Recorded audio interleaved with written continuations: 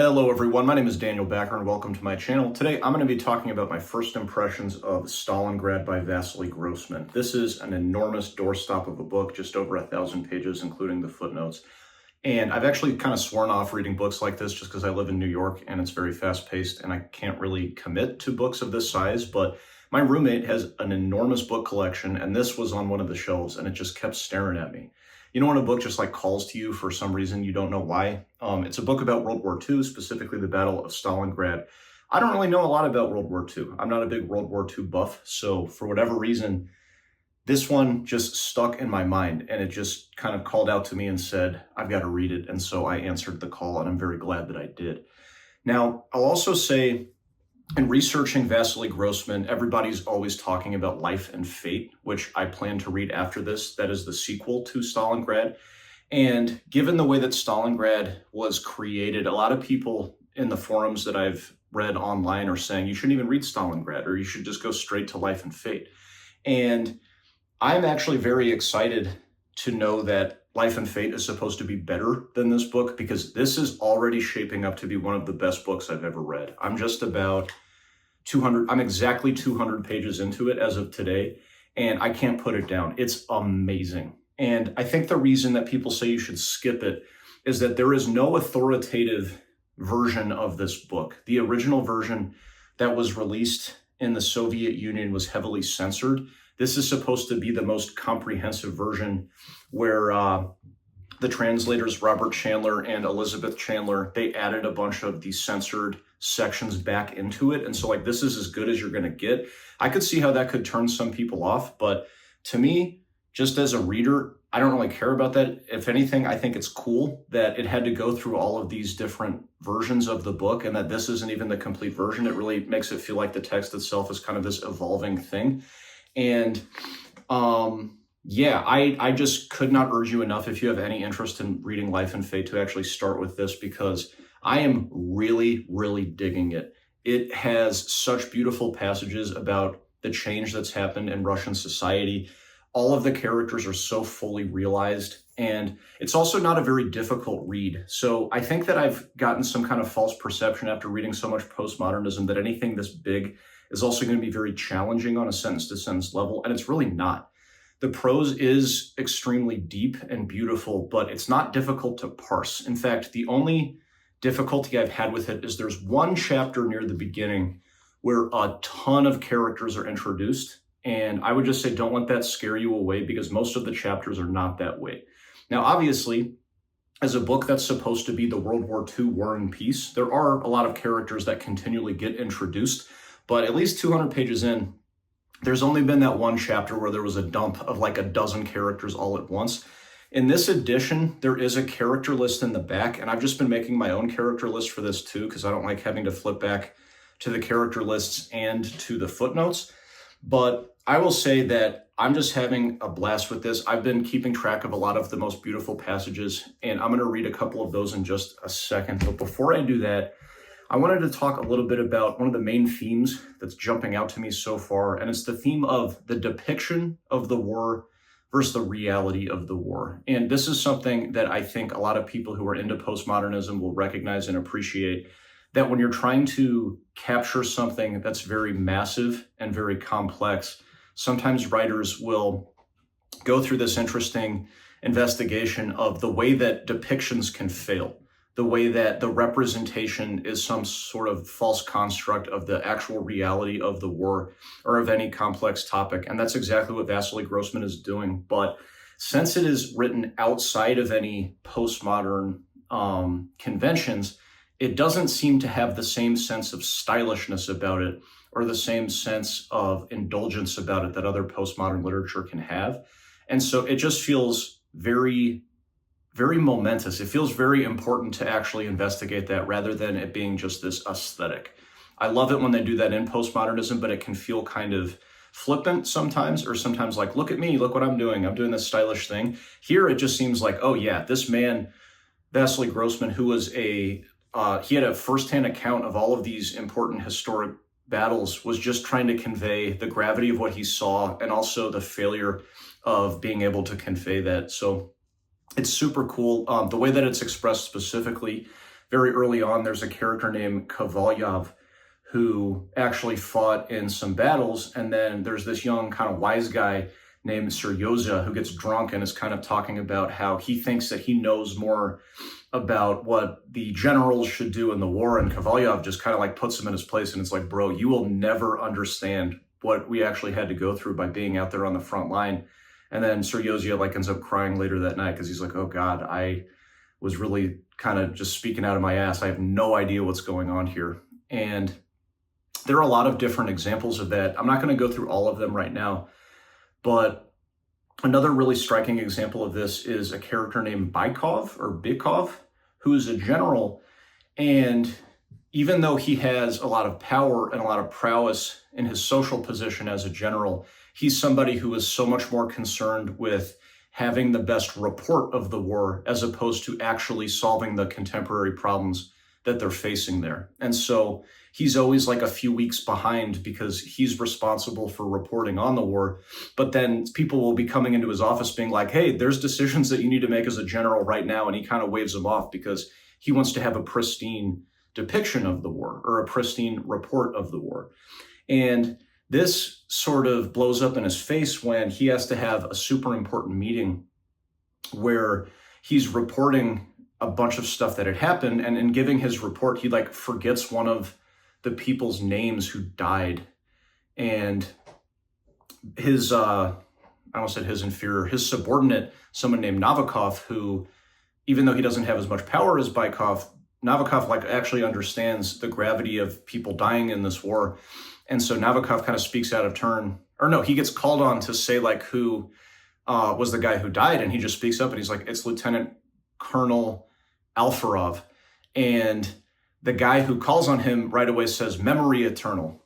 And memory eternal has kind of like a dual meaning here because one, he's commenting on the fact that Novikov can remember this dead man's name when Bykov could not, which, you know, kind of humiliates Bykov. But then memory eternal is also what they say at the end of Orthodox memorial services, speaking about the remembrance of God, basically saying like, God, remember the people who are dead so that they can make it into heaven. So if any of that appeals to you, I think you're really going to like this book. It's super cool in the depiction of that theme and a bunch of other themes too.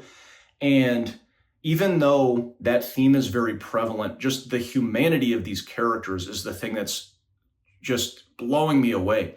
And it's making me think just as a writer, like how did he hold all of this in his head? Because just dozens and dozens of characters are introduced and every one of them is getting a lot of focus at these different parts of the book just within 200 pages so far. And the problems that they have and the perception that they have of the war and changing Russian society is just so fully realized that I just feel comfortable saying, one, this is going to be one of the best books I've ever read. And two, it is just a masterpiece of writing. And that almost feels like a reduction to say comments on the craft of it, because it does seem to be about such an important subject matter. And it really seems to stand in contrast from writing that is just supposed to be about creative expression. Or this is like some person with an MFA who had a creative idea and then they want to give you this thing. It's like, this feels like a very important document for humanity. And it makes me want to start to read a lot more books like this, of books that are capturing these really important moments that deserve to be preserved. And so, like I said, even though it apparently went through a lot of censorship, and even though this has restored some of the censorship or some of the censored parts, I would say, like, don't let that make you think you're getting some kind of like watered down version of the story, because a lot of the humanity that's coming through this just completely jumps off the page.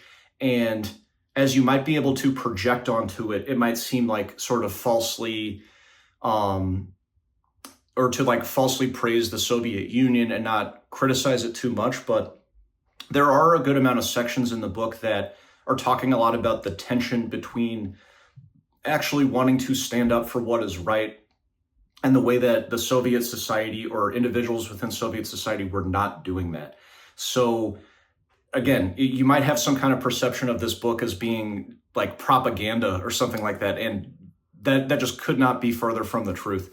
It is so gorgeous. And so one particular scene that I wanted to talk about too, sort of in service of this theme of the depiction of the war versus the reality of the war, involves this baptism. And it's not literally a baptism, but it's during a retreat of Timoshenko, who is, I believe, an actual Russian general. I'm not sure if that was his rank, but he was a real historical figure. And as the Germans are invading, he leads this retreat through the river. And Vasily Grossman has this beautiful description of all of these soldiers having to cross the river, and they're washing themselves in the river as they're retreating. And it's a very long passage, and so I'm not going to read the whole thing. I'm just going to read these 2 sentences at the end of it that I think really captures the essence of that theme and the essence of what he's going for in this book. It's on page 60 in this edition, where after he's describing this baptism, he says, "Should future historians wish to understand the turning point of the war, they need only come to this shore. They need only imagine a soldier sitting beneath this high cliff. They need only try for a moment to imagine the thoughts of this soldier." And so I thought that was just gorgeous, for one, just the imagery of them going through this like baptism experience of them washing off after having to retreat. But then also the fact that he's kind of like outlining this absence here. He's basically saying like, oh, if you really want to understand the war, you would need to actually be in this experience. And then you need to imagine what the soldiers are going through. Like, he doesn't tell you what they're going through and doesn't tell you what they're thinking. He kind of just says like, oh, if you want to document this like a historian, you need to sort of like leave the facts aside, and you need to use your intuition and your soul and your sensitivity to understand like what these soldiers would have been going through. And he leaves that as a blank. Like, he lets you as a reader try to fill in those gaps. Like, what would those soldiers be feeling as they're having this like kind of ritual bathing during the retreat from the German forces? Just gorgeous. Such a beautiful idea.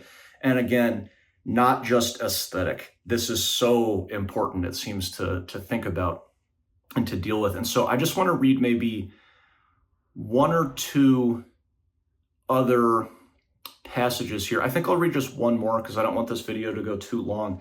But a lot of the characters in this are academics and scientists. And so I've really enjoyed reading about their backgrounds, about how as kids, they got really interested in like animals or the land, and how that slowly shifted to this interest in like mathematics or physics. And he does a really good job of bringing it down to earth. This is not like Pynchon doing stuff about like math and theoretical physics. Like, obviously there are light mentions to things like that, but he really grounds it in their humanity, and also about how their interest in these subjects leads to the war effort. So in particular, there is one professor named Chapizin. I think I'm saying that right. My pronunciation is probably off, but he's very influential to Victor Strum, who is a character that was inspired by an actual Strum scientist in the Soviet Union. But when they're talking about Chapizin, they're talking about how his interest in science came from this deep love of the land. And so in general, as Russian society is going through so much change and they're getting invaded by Germany, it can seem like all of these historical facts, but they're looking at this scientist and about how all of his abstract ideas about science and the developments that he's trying to make come from this deep love of his country, and not the country as like the imagined community, but like literally the ground that they're standing on. And so it's just rooted in this really beautiful passage here that I'm only going to condense again to a few sentences, because like I'd be trying to quote the entire chapter, because everything I read today, I just want to share the entire thing. And maybe I'll do separate videos where I'm just reading passages from it, because it was just so gorgeous, line after line. But when they're talking about Chapizin's love for the land, they say, an entire universe of abstract thought, of thought that had reached an altitude from which it was impossible even to make out the terrestrial globe, let alone its seas and continents. This whole universe had solid roots in the soil of his native land. It drew vital nourishment from this land and could probably not have survived without it. Now, this is a bit of a digression, but it's kind of a synchronicity that I read this, because I went to a really cool talk last night at Public Records that was on spirituality and magic and the occult, to see one of my favorite thinkers, Mitch Horowitz. And he's the guy who got me into Faust when he was talking about Goethe's Faust on the Duncan Trussell Family Hour podcast. And another speaker there, whose name is Phil Ford, I believe. His last name is Ford. I'm sorry, Mr. Ford, if I'm getting your first name wrong. But he is the host of Weird Studies, a podcast, and he was talking all about like the wedge, like WEDGE. And so he was talking about that in philosophy, you can have the big end of the wedge and the narrow end of the wedge. And these are two different approaches to understanding philosophy. And so the big end of the wedge is more traditional, that you have like first principles, you have these big abstract ideals, and then you sort of narrow down into particulars. And so you're always seeking for like, what's the truest thing that you could say that could capture the largest amount of data? But then Ford, on the other hand, says that he likes to work from the narrow end of the wedge, where you derive your philosophy out of particulars and out of sensory experience and the world that's actually in front of you. And so this really struck me as I was reading about Chapizin's interest in the land and his connection to the land. And that's how he got interested in the sciences. It was not because he just wanted to stroke his chin and think of these big ideas and impress other people. It was from his deep love of the land that he was born on. And so that leads me to this very last thing that I'm going to read that is within the first 20 pages. This is on page 18, because the novel actually begins with Mussolini and Hitler meeting in Salzburg in order to discuss the invasion of the Soviet Union. And basically, there's just two sentences here that really struck me about what Hitler had overlooked. And it is kind of related to this idea of this kind of deep importance of a country. And so it says, Hitler's initial success blinded him to the true nature of the granite, of the spiritual and material forces that he had chosen to attack. These were not imaginary forces. They were the forces of a great nation that had already laid the foundations of a future world. That really struck me. I'm not even going to interpret it. I'm just going to leave you all with that. I hope you enjoyed watching the video. Until next time, goodbye.